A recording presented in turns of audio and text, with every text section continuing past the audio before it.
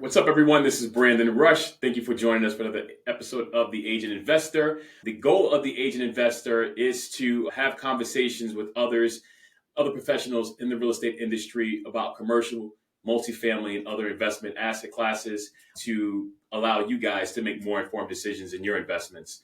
Today, I have my buddy Dilman Recinos, a good buddy of mine from Fairfield County, Connecticut, who I've met a couple of years ago. I forgot, maybe more than that at this point.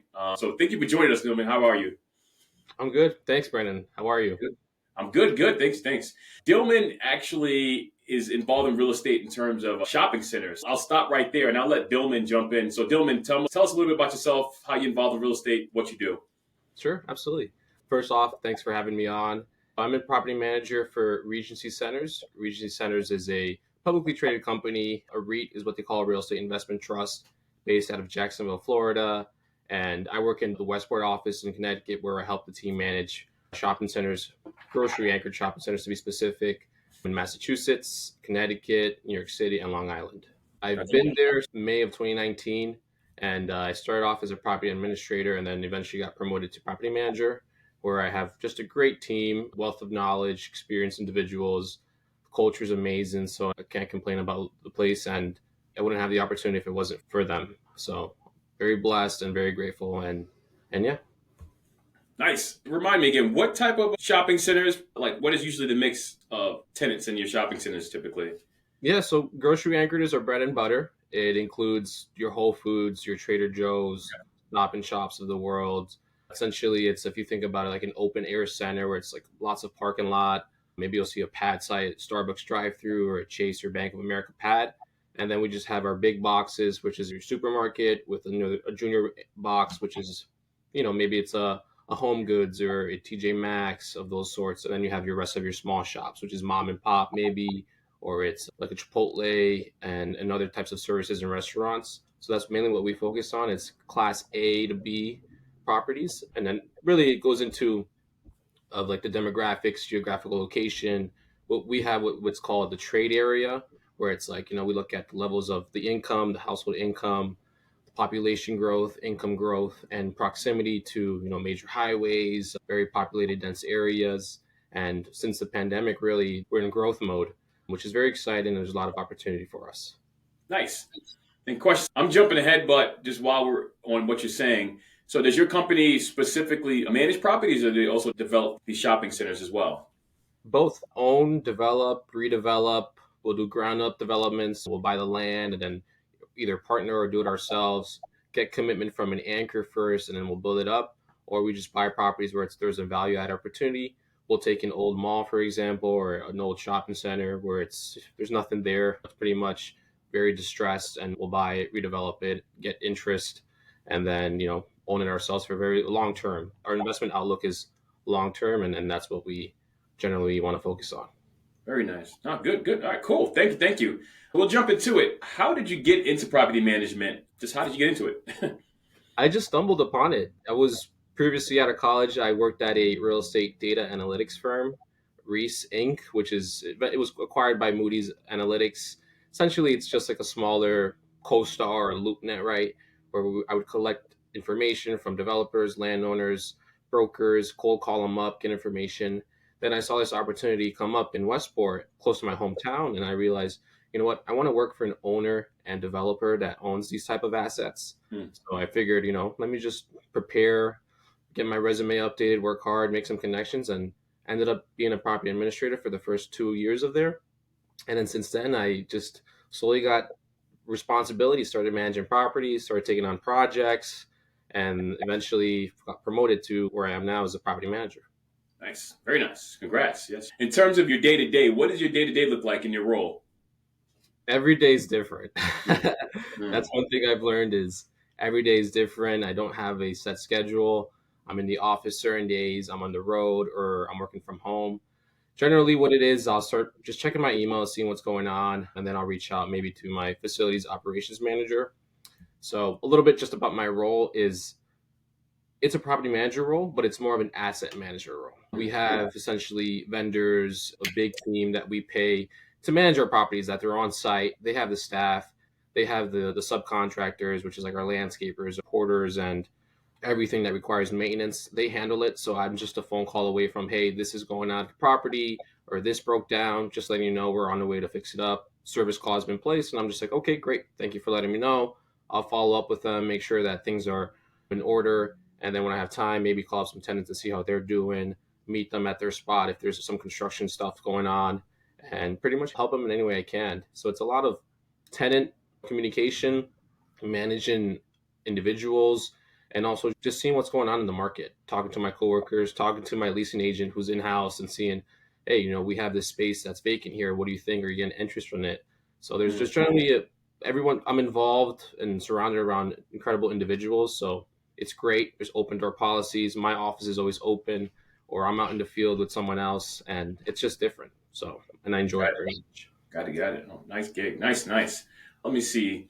I don't think many or maybe newer investors don't know the huge differences between, say, shopping centers versus in property management shopping center versus property management in the residential area. So, like one example are like I'm throwing it out there are leases. What are some of the general differences between your typical residential leases versus your tenant leases in a shopping center?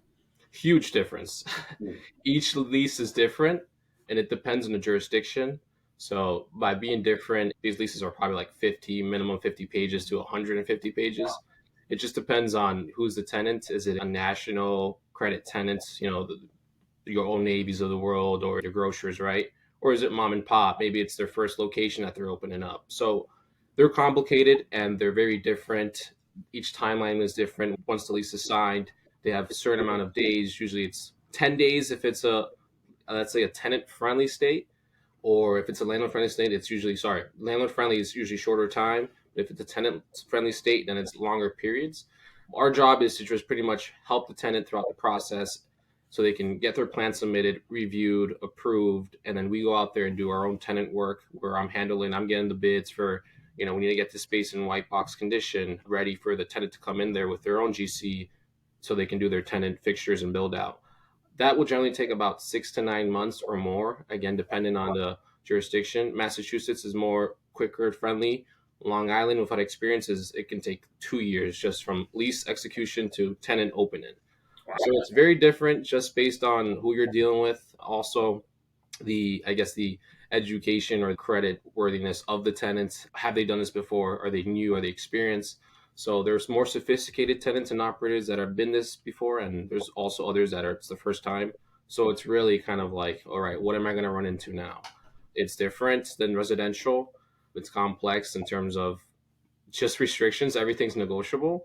Yeah. In some cases, we have tenants that need to report sales just so they can see like their performance as how they're doing as a business entity. How do they compare versus our tenants in the shopping center? And then how are our centers comparing to our other centers? So we gather that data from the tenants that they report. The bigger the tenants have leverage, so they don't want to report sales because there's certain like clauses in the lease that says if they make about 5 million in sales this year, that means we will get a percentage of that, which is called percentage rent. Otherwise, it's really like give me this for that. So it's very complex, but it's very interesting. And looking through hundreds of leases now, it's very fascinating what you find Wow. into. Yeah, I'm sure. Well, I'm sure you get lots of attorneys involved and legal involved, and I mean, Oh yeah. yeah. Does your company? It may be a silly question, but do you guys have like a standard contract you use for a lot of your certain kind of tenants, or is it really is specific to the tenant and case by case? We do. We have our own standard contract that our legal department has prepared, and then they'll cater it towards whatever region, like Connecticut, for example. And then you have your bigger, more sophisticated tenants who have more leverage, and they'll use their lease, right? So we'll review it, and then we'll go through it and be like, all right, well, they're asking for this. Usually we don't allow that, but because they're a big tenant, they're going to draw in traffic to our center. It's something to consider. Got it. Okay. Another thing regarding the difference between your residential versus your shopping centers, evictions. How does that work at a shopping center? It's by region. It's by region. It's by state. Again, as I mentioned, jurisdiction. I'll tell you, New York is not the friendliest. Yeah. And I'll give you two examples at one of my centers in Queens, New York, where I had two tenants who struggled during COVID. Unfortunately, they weren't able to recover. We did do a payment plan where, like, just give us this amount for X number of months until you're caught up. Never recovered. And then they were just, they had a big balance that was past due. And then unfortunately, we're at the point now Do we get the space back, or do they try to work it out? Hmm. And we'll go through a process where we'll give them a notice, a default notice, and then if they don't want to go through it, then that's when we get outside counsel involved. Usually the process for us is internal. We have legal counsel reach out to the tenant. Yep. If we get no response, then the cure period is now over. Now we get outside counsel involved, and then that's when they reach out to the tenant directly. I'm no longer involved. I don't have any communication with the tenant, Got it. and from there on, it's just figuring out, all right, do we settle? Do we give them essentially like cash for keys, or do we just get the space back? Or do we try to come up with some type of, sometimes it's creative where we'll do a promissory note where we'll keep you as a tenant, but make sure you're going to pay this balance by year 5. Got it. That doesn't work out, then again, they're not responsive. Then we're going through the eviction process. And in New York, that took about a year and a half just to get them evicted. So I'm going to process to the monetary judgment to recover our damages to actually get in possession of the space. It can take about a year and a half to 2 in New York. Other places like Connecticut is shorter than that. It's probably a year. In Massachusetts, probably around the same. So really, it's dependent on the area and the individuals involved.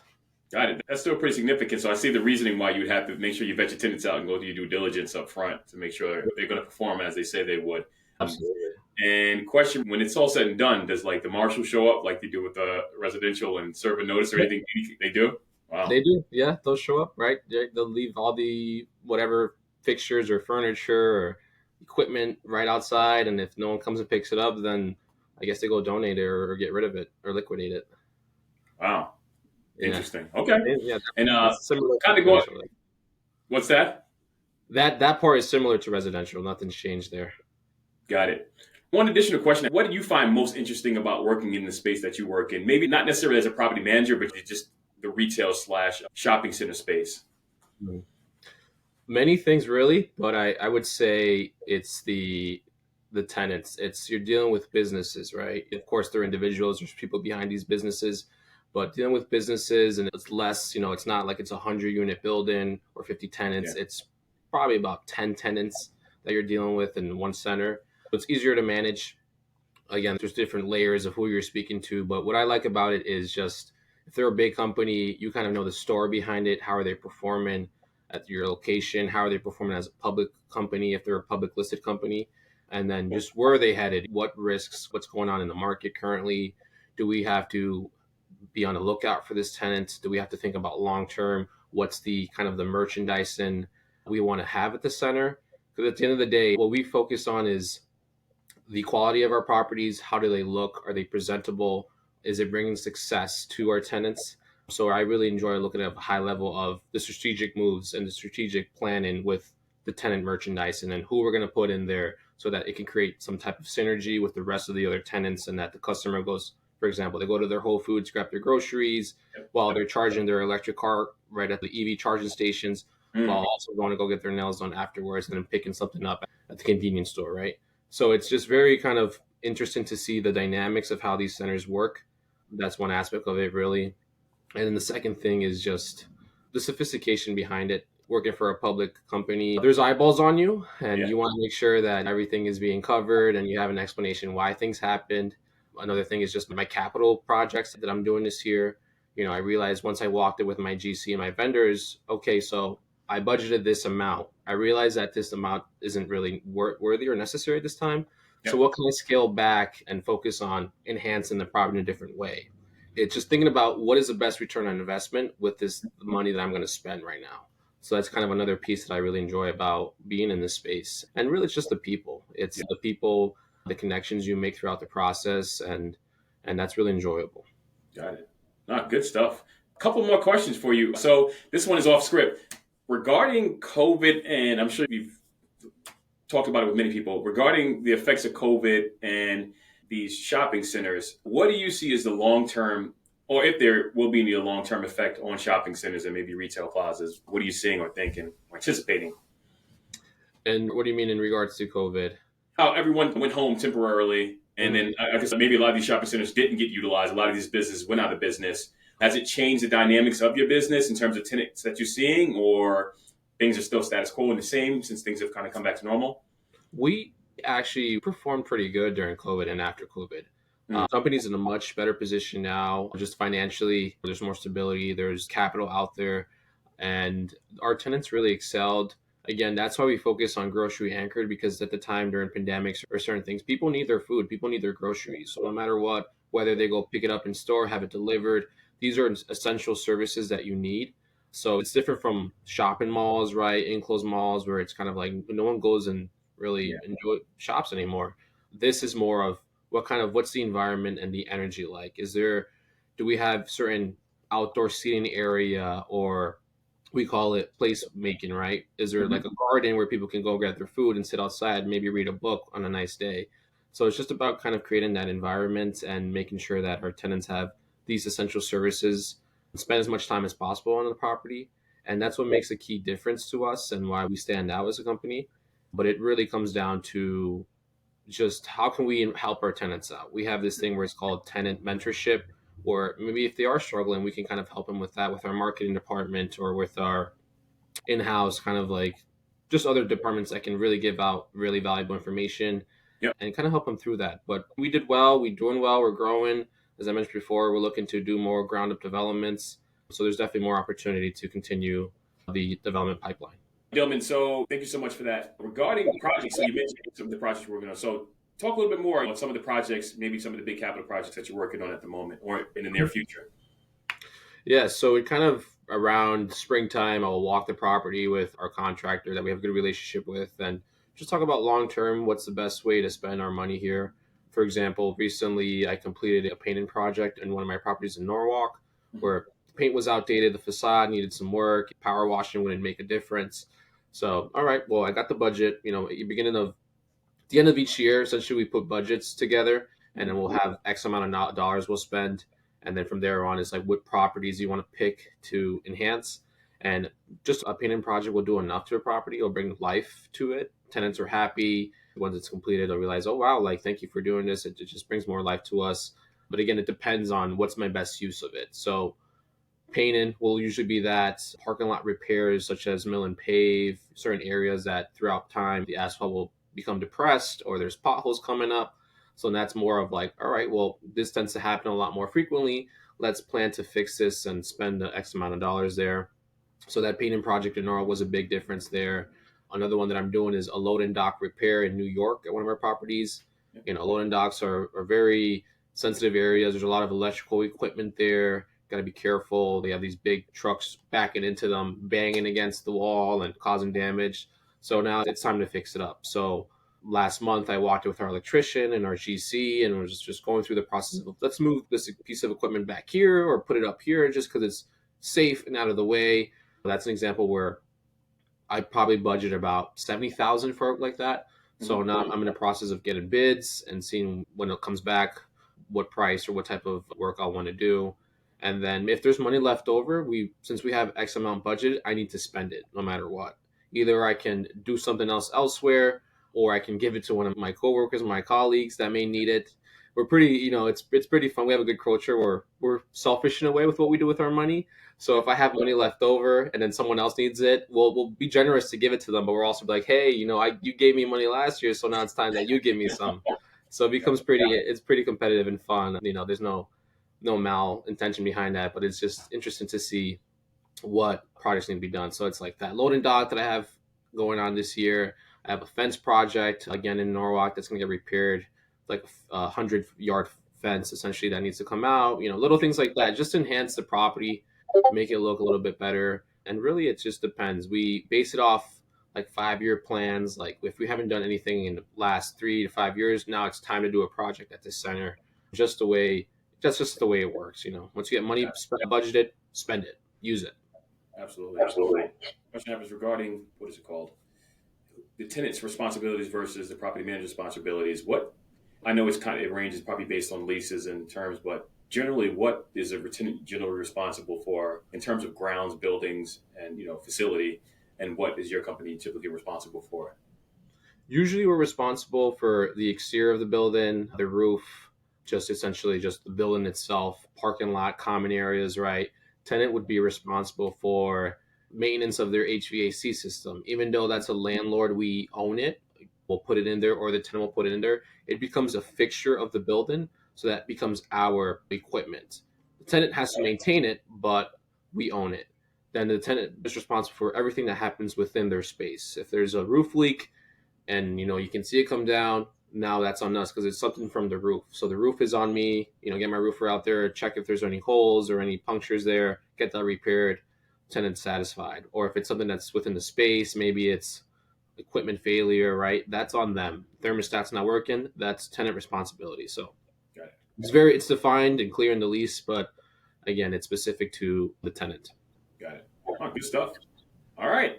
Yeah. Learned me a bit today. I never knew much about retail other than I just go to my grocery store to get my stuff and I come out. But I'm sure there's a ton of logistics behind it in terms of from the time it starts to the time it ends. So thank you so much. Those are the end of our questions regarding the professional side or the real estate side of what's going on with you. But kind of going to take a step out of that. And when you're not working in your asset management role or your property management role, so you are a real estate investor. So tell us what you do in real estate and then also tell us what you do outside of real estate. Yes. What I do in real estate, I have a partnership with a couple of good friends and partners that I met throughout the years now that we started ramping up our systems and essentially our network. And what we do is off market, wholesaling, finding opportunities for our investors, finding deals for us essentially. Nice. So we have a cold calling center that we pull the list for, and then they'll call in, and I deal with the acquisitions, on negotiating, going on appointments, doing comps, analysis, underwriting. So right now it's just we're all wearing all the hats, but it's a great experience. It's fun. That's one thing that we focus on. Once I'm done, I'm out of work, I go focus on that. And the other piece is just networking and establishing the connections I want to have long term, the relationships I want to build, and focusing on maybe finding some opportunities for ourselves, whether it be a 3 or 4 unit, do things like that, and also get into more of the creative space in terms of seller financing and subject tos and pre-foreclosures, just understanding that because those opportunities will come up. So if at least educate myself so that, even if not the buyer or I'm not involved at all, I can kind of help the seller or the homeowner in that process as well. And then, it's just mainly it's just the commercial stuff and then the residential partnership that I have going on.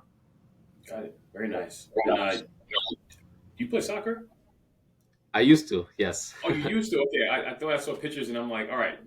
I didn't know you. Okay, good. All right, so cool. So, sorry, go ahead. No, retired now. That's what I call it. Oh, man. Okay. All right, so how can people find you and get a hold of you, contact you? What's the best way? Yeah, so I'm on Facebook, Dilman Alex Recinos. You can find me there. I'm also on Instagram, Dilman_Alex10. That's where I post most of my content there. I'm on LinkedIn as well, Dilman Recinos. Just find me there. And really, if you want to just connect, get to know each other, maybe grab some coffee or some lunch or something like that, I'm usually available and very flexible and would love to make connections. Very nice. All right, cool. So before we depart, any last words for the audience you have? No, I just want to appreciate you for this time and really thank you and look forward to doing things like this with you more. Absolutely. All right, Well, thank you, Dilman. All right, so thank you, everyone. Thank you to our audience for joining us for another episode of The Agent Investor. Thank you so much, Dilman, as well, for joining us. I want to wish you all, our audience, the best in your happiness and your health. And until next time, thank you all so much for joining us. Thank you once again, Dilman, and we'll see you all soon. Thank you.